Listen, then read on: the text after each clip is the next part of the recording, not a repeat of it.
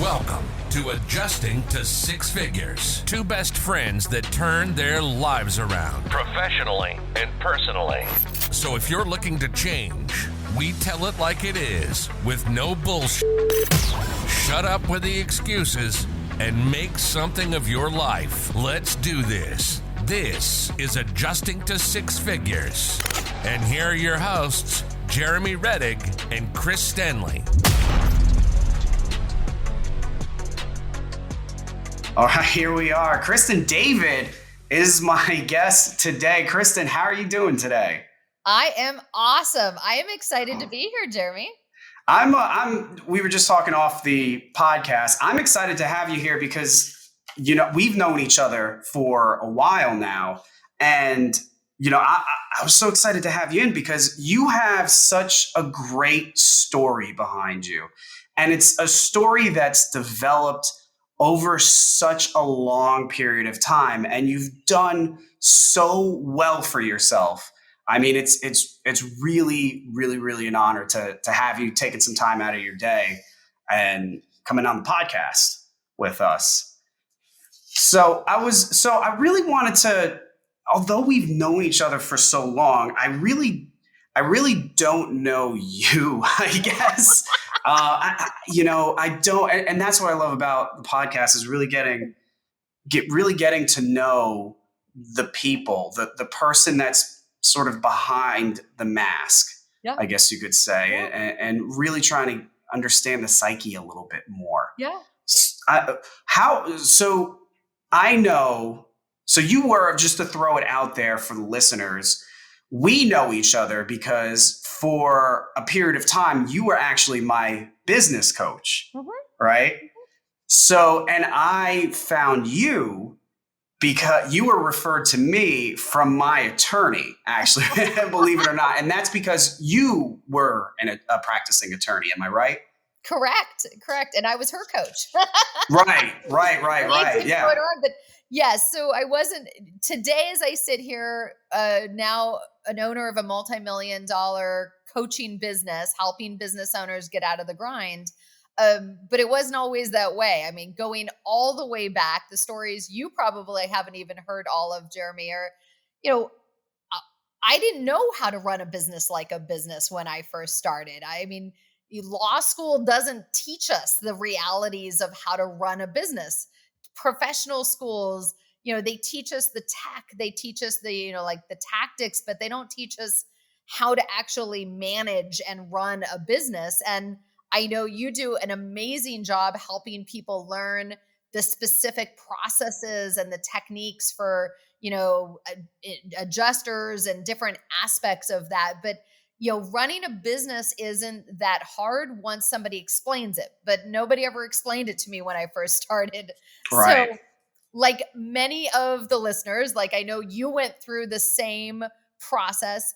We were all in the grind once. We were all, in the trenches, working way too many hours, taking home way too little money. Right. And, all of a sudden something clicks and you think, this isn't how it has to be. There's got to be a better way. And I know you went through this as well.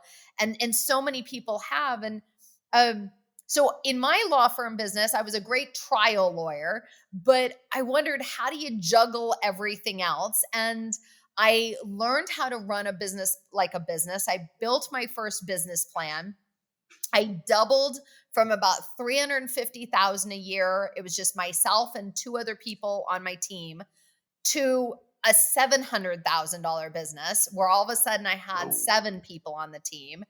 I reworked my business plan and doubled again in the next 9 months to 1.4 million. And wow. So I grew very fast. And the key to all of that was building systems so that I didn't have to do all the work. And that's why I'm so passionate about helping business owners now. And that's why I'm delighted to be on here to drop a few nuggets and remind people, create the system so you don't have to be in the grind yourself all the time. Right. And it's those systems that get you out from working in your business to working on your business. Absolutely. Yes. And so that's the part that people, they mentally know the process, but then when they go to hire somebody, they try to explain it and they hope the person's going to get it the first time.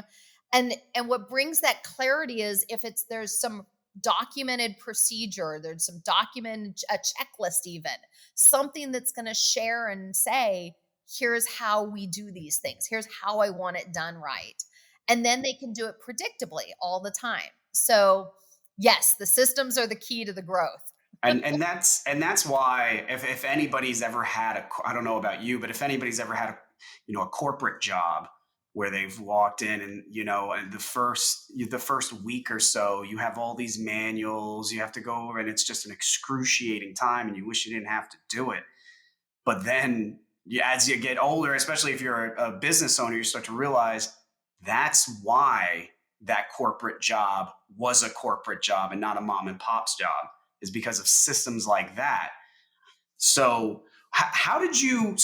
You said that obviously attorneys, when you become a lawyer, when you don't learn how to run a business. I mean, how did you get to the point where you wanted to be more than just an attorney at a law firm? I mean, were your parents attorneys? Did they, or if they were together, did they run a business?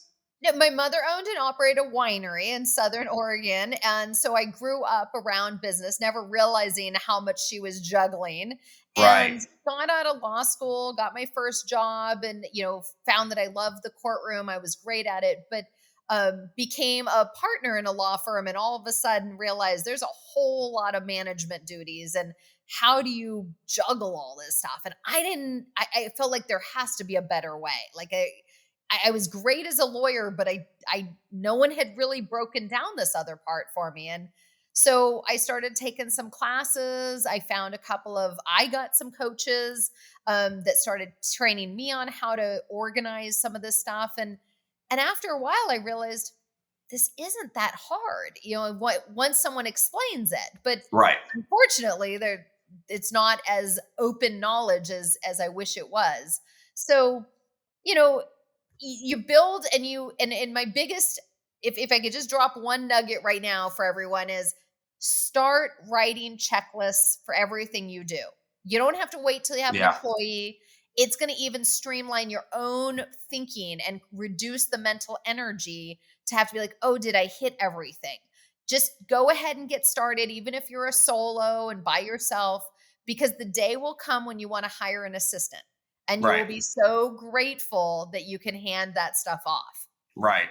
And and we spoke about this once before. Getting to that point when you hire an assistant, I mean, it's a game changer at that point. I mean, just having somebody, and if there's anybody listening to this right now, and they have this thought that, yeah, well, that's all good and fun, but I can't afford an assistant. You can go. There's tons of places online. You can go Upwork, freelancer.com, and you can get outsource Yep. a personal assistant or an Yep. executive assistant, whatever the case is, and just push off those tasks that don't directly result in money, those things that you're spending time doing. That's the first step, right? Yep. That's the That first is step of building a team. absolutely one of the first steps, is get that low level stuff off your plate. You can go with offshore staffing. There's a program I love, Get Staffed Up. They do a great job, and the cost is about $18.50 a month for a full-time employee, which ends up being like $12, $13 an hour. But they can be your admin assistant, your marketing assistant, your personal assistant. They can help you with your scheduling, with organizing emails, your calendar, your billing.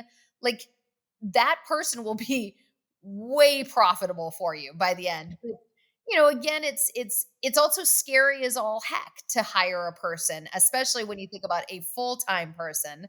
So, again, if you start breaking down, what are some of the admin duties? What are some of the billing duties? What are some of the calendaring and client maybe facing items? So you break it down, you realize you do have enough work for somebody, and the price is right where it brings back so that you can focus on those higher and best tasks like you were talking about, Jeremy.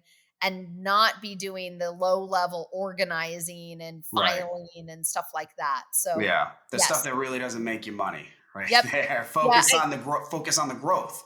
Yeah. That's what you should be focusing on. And I think that's what, I say this because my father had an issue with this. My father is the antithesis of a solopreneur, right? I mean, this guy couldn't get a job, could not maintain a job, can't take direction from somebody else, but he would always run his own business. It would always be some sort of enterprise, successful or not, but it would always be him. I mean, he might, if he's doing like an odd job, maybe he gets a little helper once in a while, but he, like so many other people, have this idea that if you hire someone else, like someone full time in Yeah. this scenario, that how much did you say that was? 1850 a month. That 1850 that's going to that person, that 1850 could be going to you Yeah. instead. So you're losing 1850 a month. And the problem is that so many people, as solopreneurs, they see that 1850 as being lost. Yeah. That they're just losing it. And that's coming off that, and they're not getting anything in return for that. This is a pain point that this is actually a mindset issue that a lot of solopreneurs deal with, and it's scary, but you got to think about the opportunity cost. So if you were able to get 3 hours off your plate to give to somebody else, in those 3 hours, you could spend 2 hours marketing and selling and signing up 2 more clients and take an hour off to take a power nap. I mean, whatever, to refresh yourself. So, it's you've got to look at how much more. I mean, those 2 clients could bring in another $4 or $5,000 possibly. It could be, over the long term of that client base. So there's a lot of different opportunities. I actually spoke on national TV to a number of places around the nation about hiring an assistant, and how, while initially people think, oh, that's too expensive, I can't afford it, what they realize is I can't afford not to hire one. Like I Right. need this person so that I can be the best CEO I can be, so I can really grow and do the things that count. Let somebody else deal with the organizing and filing and all those little things that can be done by a lower paid person that you train to do the job. So, Right. yeah. They're still stuck in the scarcity of their own money at that point, right? No, I was curious to know why did you want to be, kind of jumping backwards? What made you want to be an attorney rather than, I guess, if you grew up and your parents ran a winery, you were around that. Obviously, right now, very successful businesswoman. What brought you in the direction of becoming a lawyer? To be honest, I was about 6 years old and I loved to argue and win. Yeah, okay. That's a good answer. There you And go. and so that became my dream, is I was going to become a lawyer, and running a small winery and vineyard is a lot of hard work, I can tell you. But I got scholarships. I worked full time through law school, went to night classes. Really had to put myself through, and I loved being a lawyer, and I did it for almost 15 years. I would do huge medical and legal malpractice trials, general litigation. I did a lot of mold cases, a lot of construction defect cases. So trust me, I was in some big, big cases and loved litigation. But what happened is, as I went through that journey of of realizing I needed to learn how to manage better, how to run my business better. And I really started learning those techniques and learning, wow, if I could spend 2 hours and build out this system, and then somebody else over here can crank that wheel for me, and I didn't have to do it anymore. All I needed was like 5-10 minutes to spot check occasionally, but otherwise it was off my plate. And I really just fell in love with really building a business and helping boost other people up to learn, grow, thrive, and to take ownership of their job and not just wait for someone to micromanage them or, monitor every little thing. I want people to take ownership of what they do and love it. And So on that journey of building systems and growing, I went from not having taken a vacation for like 3 years to taking 2 3 week long vacations. And Yeah. what I found is my business actually would make more money when I was gone than when I was home. And here's why. I'd Interesting. come home and I'd, like, what's going on here and what's going on there?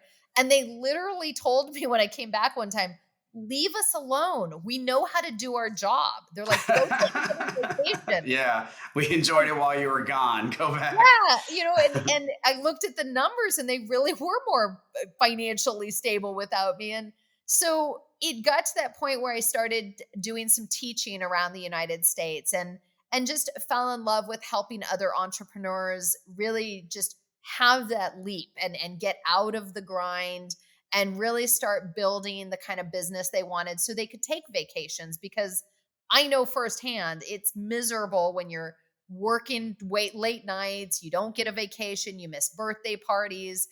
That's not what ownership and solopreneur should be. It's you know, even if you just have one assistant or just there are things you can do to build so it's off your plate in the short term. But a key point I wanted to make, Jeremy, is in the long term, we also want to be building equity in our business. So when I made the decision to get out of the legal industry, I actually sold my law firm. And one of the most valuable parts was my policies and procedures manuals. And they were about an inch thick altogether, the financial systems, the marketing systems, the admin systems, all the different ones. It was $100,000 negotiating point just Just for for that that. one asset. Yeah. Wow. I remember you telling me about that a long Yeah. time ago.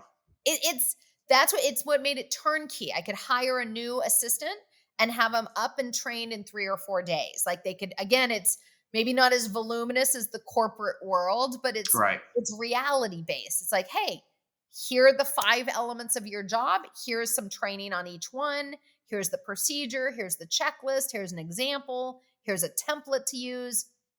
Get going, right? Like now they can jump in and do their job. And for a lot of the younger generation, a little 3-minute video goes a long ways to train them how to do it, because they can watch and go, oh, yeah, okay, I get it. And then they can dive in right away. But so, yes, those policies and procedures and systems, short term, they help make things run smoothly and get things off your plate. Long term, you're building equity in your business. So when you decide you want to pivot, retire, do something else in life, you could sell your business off to somebody else who doesn't want to have to build it all from scratch themselves. So Right. huge opportunities there for future growth and monetizing all that hard work too. Right. Right. Did anybody teach you that? I mean, just the idea of when you started the law, did you start the law firm with the idea of, or you didn't start your own law firm? You became a partner, right? Yeah, but I had no, I mean, the concept of selling was never, I mean, my whole identity at that point was being a lawyer. Uh huh. But after I realized how ineffective, like I would hire somebody and listen, no judgment, everybody. I used to do the hire and hope strategy. Hire and hope to heck they know what they were doing. Yeah, Bad that I strategy. know all about it. Yep. So, I started learning that, okay, if I wanted to get good results, I needed to have some clear onboarding and training and get them up. And the quicker I could get them up and productive, the more profitable the business would be. And so as I started doing that, I then started pushing. So my bookkeeper and I went to a conference once. I had no idea I could ask my bookkeeper for so many reports that would give me data that I needed for running the business. And so I sat down with her and we created a plan of where we were going to create a system and what were all the money coming in, what was the process and the sequencing, all money going out, what were the checks and balances to make sure that everything was paid timely and accurately and appropriately. What monthly reconciliations would she do to prove to me that everything was correct Right. so I could quickly know how what reports was I looking at, when would she get them to me. So Right. we just started Everything's on documenting. paper. Yeah. Yeah. So quick story, Jeremy. So about the time that the firm was about 1.2, 1.3 million, my bookkeeper, who had been with me all this time, unfortunately, something happened. Her father passed away unexpectedly, and she had to literally drop everything and go be with her mom and her family and take care of things. And we had to hire a temp to come in. And the temp walked in, read the systems manual. It was about 25 pages. It's not that big, right? Reads this manual and is like, wow, I'm good. She hit the ground running for 2 months, ran our $1.2 million business with Wow. not a problem. That could Like, crush other companies oh right yeah, there. yeah, Absolutely crush because they're not prepared. yeah, They're just worried. They're not. I think the biggest problem, especially with small businesses and solopreneurs, is there's no planning for tomorrow. It's just focused on what's today. right in front of you today, making money today. Not so, and it's not so much about growth. It's Yeah, just about trying to make as much money as you possibly can today, even if that means, to go back to what we were saying before, even if that means not hiring the personnel that is going to be required to open up your schedule, so that you can begin to generate more yeah, sales at that point. yeah. And that's something that we've got to get out of that habit of thinking, oh, I've got a great right hand person. I've got a great assistant. She's been with me for 3 years. But it's not a matter of if, it's a matter of when that person has to step aside, because maybe they have to take care of a loved one, or they just want to take a vacation to Ireland for 2 months or 2 weeks, right? We have to, as good business owners, we need to step up, and also, frankly, our staff, our team, they're giving their best, and they don't want to leave us in a bad situation, so they don't take vacations, they don't do things, and we want them to thrive and grow. We want them to go recharge and come back refreshed and ready to go. And my current team, we have 18 on the team already, and it's, we celebrate when each other goes on vacation. I just went to Alaska on a cruise for a week, Nice. completely off grid, didn't touch an email or a phone call or a text message. They all handled it without me. This week, two of my team members are out on vacations, completely off grid. Everybody's cross trained to cover them. And so we can really respect one another and what they do and give them time off. And that's part of building a team. And even if you just your team of 3 people, you can still do that. It doesn't have to be a team of 18. Right. Right. So tell me more. So tell me more about your business now. How does that? So what are you doing? What is your business at this point? Yes. So about just over 2 years ago, I made the decision. And for many years, I was just working exclusively with lawyers, and I really wanted to branch out. There were so many other business owners coming to me asking for help, wanting to work with us, and so I started Up Leveling Your Business in August of 2019. And I will tell you, just like the rest of the entrepreneurs out there, I had to get gritty. Month one, my goal was $10,000. I was hustling my butt to get $10,000. Month two, $20,000. Month three, I just kept growing. I'm blessed in that everything, the business plan didn't always go as planned. We had to pivot plenty of times, trust me. And I'm pretty open about my stories. But by month 12, we had our first $100,000 month.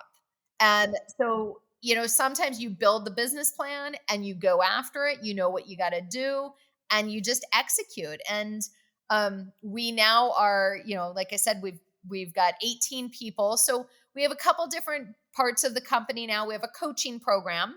We have 8 different coaches. We have specialty coaches like a marketing coach or a financial controls coach or a sales coach. So one of the things I know is business owners need help in different ways at different times. Some people don't like the coaching. They want just the systems package. So we also have a department of the business that just sells the systems package, like how to hire, onboard, and work with a client happiness coordinator, or a marketing assistant, and it trains that person up, comes with a policies and procedures manual, comes with all the templates and checklists and things, because some people, they don't like building that stuff. Right. And It's so, numbing to me. I can't. It's so difficult. You know, even the systems I have right now. I mean, they could certainly use some improvement, because it's excruciating, and I think that's the big problem with most. I mean, if it was fun, everybody would be doing it, right? Every business would have manuals and procedures, but I mean, it's just to put it down on paper and to formulate it in a way that makes sense to some other stranger. I mean, most people, as it is, most people aren't writers to begin with. So, and you would have, most people would have to look towards help to get something like that. And then that brings you right back to the other problem of hiring and being willing to make that, to spend that money slash make that investment and get somebody in that's going to help you with that sort of thing. and and that's part of one of our mantras that we talk about a lot, is like, don't just go hire somebody and waste money. You hire them with a plan, and you're very clear, here are the 2 tasks they're going to learn by the end of day 3. Here's the 2 tasks they'll have, additional tasks they'll have by the end of day 5. So we really know that by the end of the week, they're being productive for us. They're being profitable for us. And so that's what some of these packages do. Some of, like, the financial systems manual, maybe it's you're moving to a new bookkeeper and you need to set it up cleanly. Sometimes you can work with your current bookkeeper and get it documented, but maybe you and the bookkeeper don't like writing procedures and systems. And so again, that's an element of our business that does very well, because a lot of people want the kind of done for you, 80-85% built for you, and they just have to go in and tweak a few parts for their own business. um, and again, some people roll into the coaching side because they want some help, or accountability. The other great thing we do is, we know business owners are busy. So while we'll work with business owners, we also, a lot of our coaches work with the staff members, like client happiness, to really train that admin assistant how to set up the VIP referral program, how to set up handling client complaints, how to set up the thank you cards and, recognition cards, because a little bit of that goes such a long ways with really cultivating those relationships. And you know how important that is to, you build and cultivate those relationships. And that's the best marketing you can be doing. It's going to bring in things over and over again. So, um, yes, I mean, a lot of elements. And then, now that we're kind of getting back to the doing some in-person things, we've done a lot of virtual, we do a lot of free webinars and giveaways and such, but we're actually having our first in-person event coming up here later this month, the Seattle experience, very hands-on. So as a company, we like to help people learn in fun ways. You know me, we're vibrant. We have a lot of fun.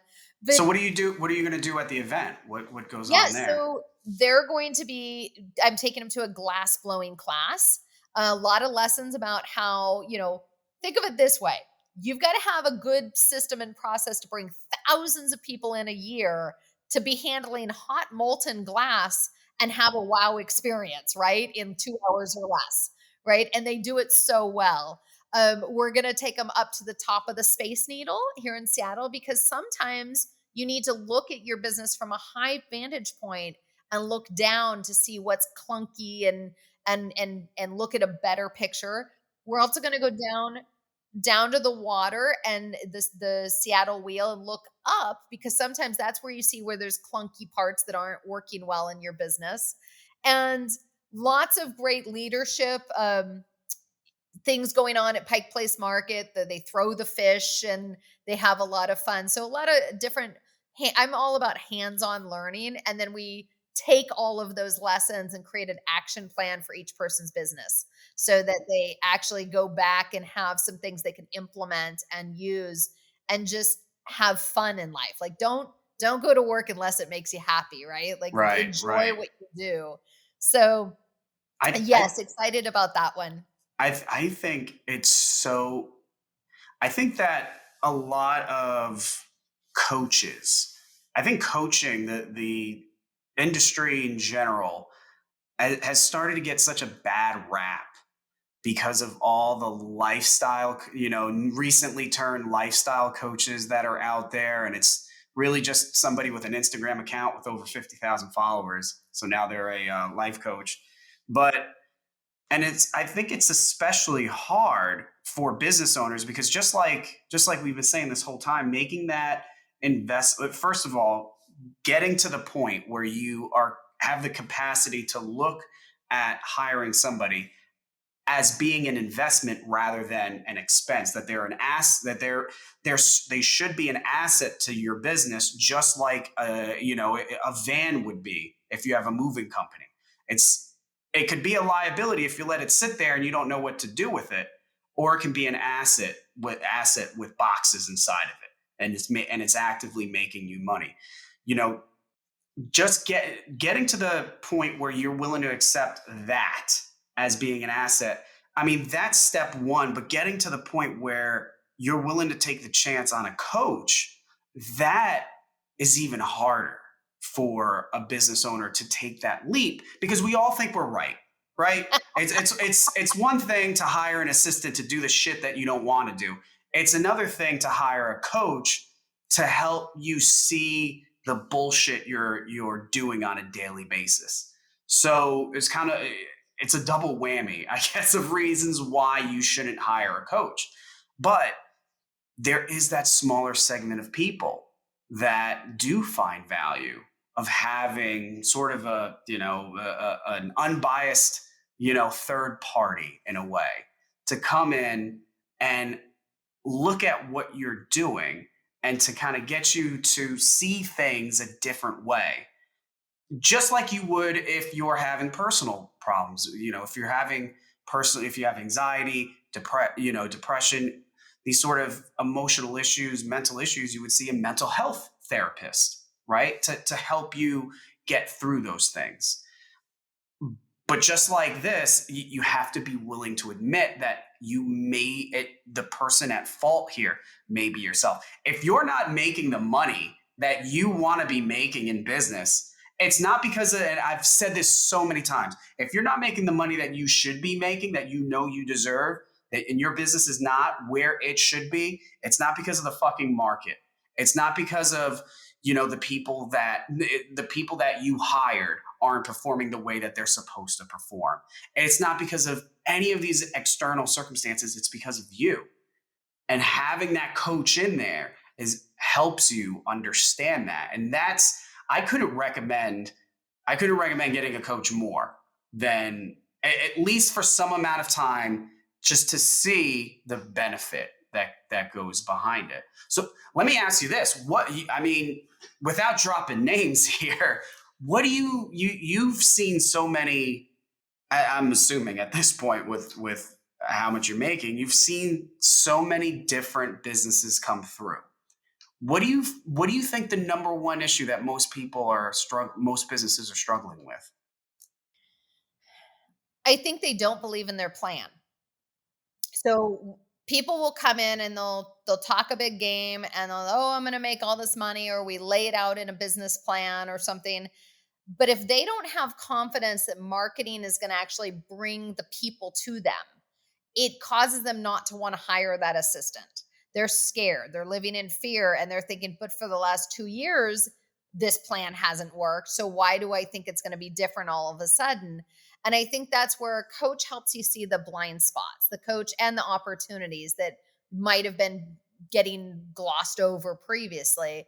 And to really say, okay, then let's spend some time building a marketing plan. If that's the weak point of your planning, let's build a marketing plan you have faith in and you believe in. And then you start seeing results. And then you could say, okay, we hit this milestone. Now let's hire that assistant. Or vice versa, you hire the assistant. We say, okay, we're going to go 2 months, and this assistant has to build up this marketing and do this and be at this milestone. Otherwise, we need to think about cutting bait, and maybe it's not working. So it's it's really having faith in the plan, because the more you have clarity in that plan, the more you can move forward. So we do it as the 4 pillars of successful business management. The first pillar is planning. Just a little planning goes a long ways. Then it's the marketing and sales. You've got to have the right marketing, bringing the right people and converting them into actual clients, or the business fails right there. Then we go to the third pillar of management and really getting that team, a couple of people to help you, whether it's a bookkeeper and assistant, that might be all that you need on your team. But at least that's a team that's there to support you. And we need a few procedures and a couple processes to go with that. And then the fourth pillar is the financial controls. We always need to be a good money manager and make sure we're being profitable with what we're doing. Because it's being a business owner doesn't mean working for everybody else and taking home no money. Well, So, what's the yeah, difference between the management and the last pillar there? management's kind of day-to-day operations, servicing clients, the policies and procedures. Yes, there's a little bit of the procedure of like the financial controls, but yeah, that goes into a little bit more, I guess, to the fourth pillar. So I kind of confused that one. But yeah, fourth pillar is more, do we have a budget? Do we have a plan for how is this profitable? Are we pricing our services objectively the right way? One of the things my financial controls coach does is works with the business owners, and we go through, what are you pricing and how much goes to cost of labor and how much goes to your cost of goods, and are we being profitable in what we're doing? Because if that pricing isn't profitable, you're never going to be profitable at the end of the day. And so and also doing an employee calculator of like, what's your return on investment? Each employee should be bringing you about a 3 to 5 time return on investment. So if you're paying them $15 an hour, the work they're doing should be helping generate to the business about $45, $50 an hour. It might be through, they do a little marketing, a little client outreach. They do professional work products so that we have build a good reputation and brand, right? So it's in different levels. But yes, absolutely. It's one of those areas where um, a little planning in the beginning is the part that holds so many people back. They just don't have the clarity of where they're going or what they need.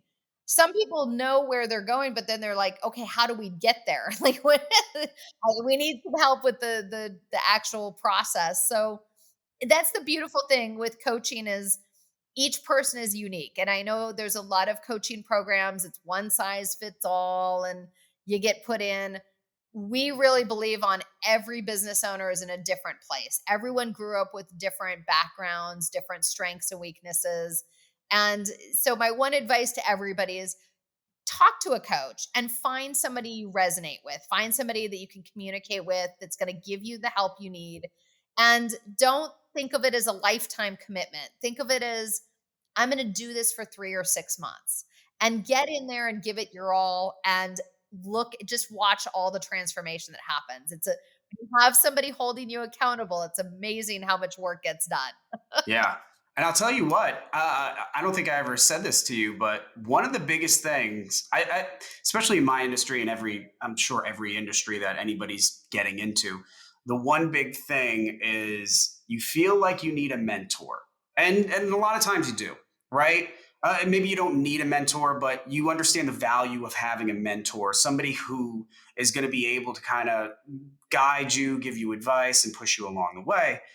And there's people that feel stuck without the mentor, right? What's great, especially when we were working together, is that I looked at you as a mentor. I mean, you were my coach, but you were certainly a mentor at the same time, because even beyond the motivational aspect that I was receiving from my time with you, your personality, the personality that comes along with having that motivated attitude to shut the fuck up and get to work, just having that there said, you know what? Yes, I need to follow this person.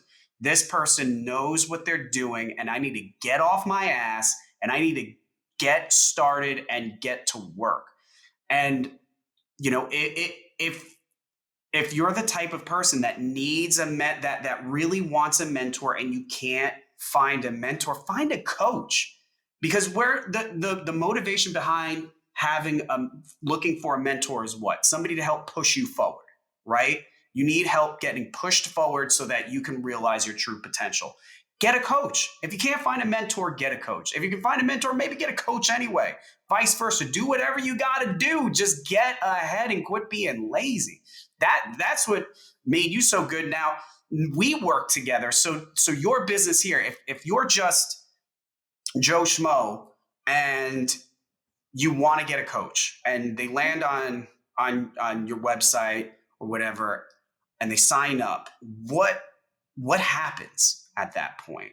Yeah, great question. And the first thing we do is we get on and do a triage call. And we talk to people about where are you, what's going on, what needs to happen.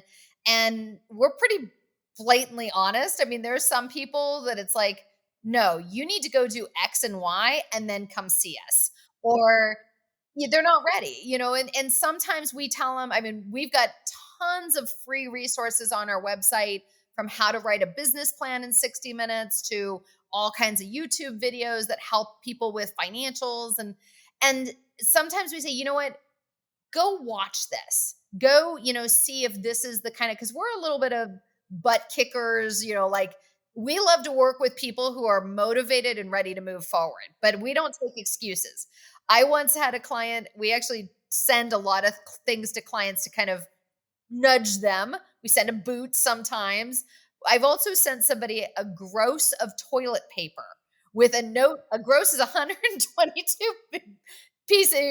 rolls of toilet paper with a note that said to wipe up your bullshit excuses. Oh no. Because, I mean, they got on with excuse after excuse. Now I was like, no, like either, we got to move on. And so some people just, you want to find a coach that's the right fit for you. So the triage call, we want to help give people some clarity. What do we think, hearing their story, knowing after working with thousands of different business owners, help them triage. It sounds like you need X first, then Y, then Z. We can help you with those, or you can do them yourself. Or sometimes we start listening and we say, you know what? It sounds like, maybe they're in partnership with their brother or sibling or something like that. And it's like, we need to take care of this before you can really move on. I mean, sometimes there's some other things going on. And that's the other thing, as business owners, we do have personal lives that are going on. And there's things that sometimes we have to put our mental energy and focus on some other things for 2 or 3 weeks. But the business is going to be the one that brings us the cash flow. So we can't take our eye off the cash flow too long. But, I'm the first one. I told somebody yesterday, I said, you know what? You go do X, Y, and Z in the next 10 days and then come back and see me and we'll get you going. But they needed to get that tidied up before they could really be ready to move on and be ready to tackle this. So, I our whole mantra is there's plenty of great people out there in this world that want help. And we're willing to give people the love and grace to say, with honesty, you're ready, you're not ready. Here's what we think you need to work on. And a lot of people come back to us. I mean, I had somebody come back to me 6 months later. It's like, Kristen, I'm just kicking myself that I didn't just sign up with you 6 months ago. And, now she's been with us for 2.5 months. She's practically doubled her business in 2.5 months. So, you know what? Everybody's in a different place. And so my advice to everybody would be, whether with myself or with any other coaching or program, go research their website. Look at some of the freebie. Everybody has free content, free giveaway stuff. Take a look at it, see if it resonates. Get on a phone call with that company.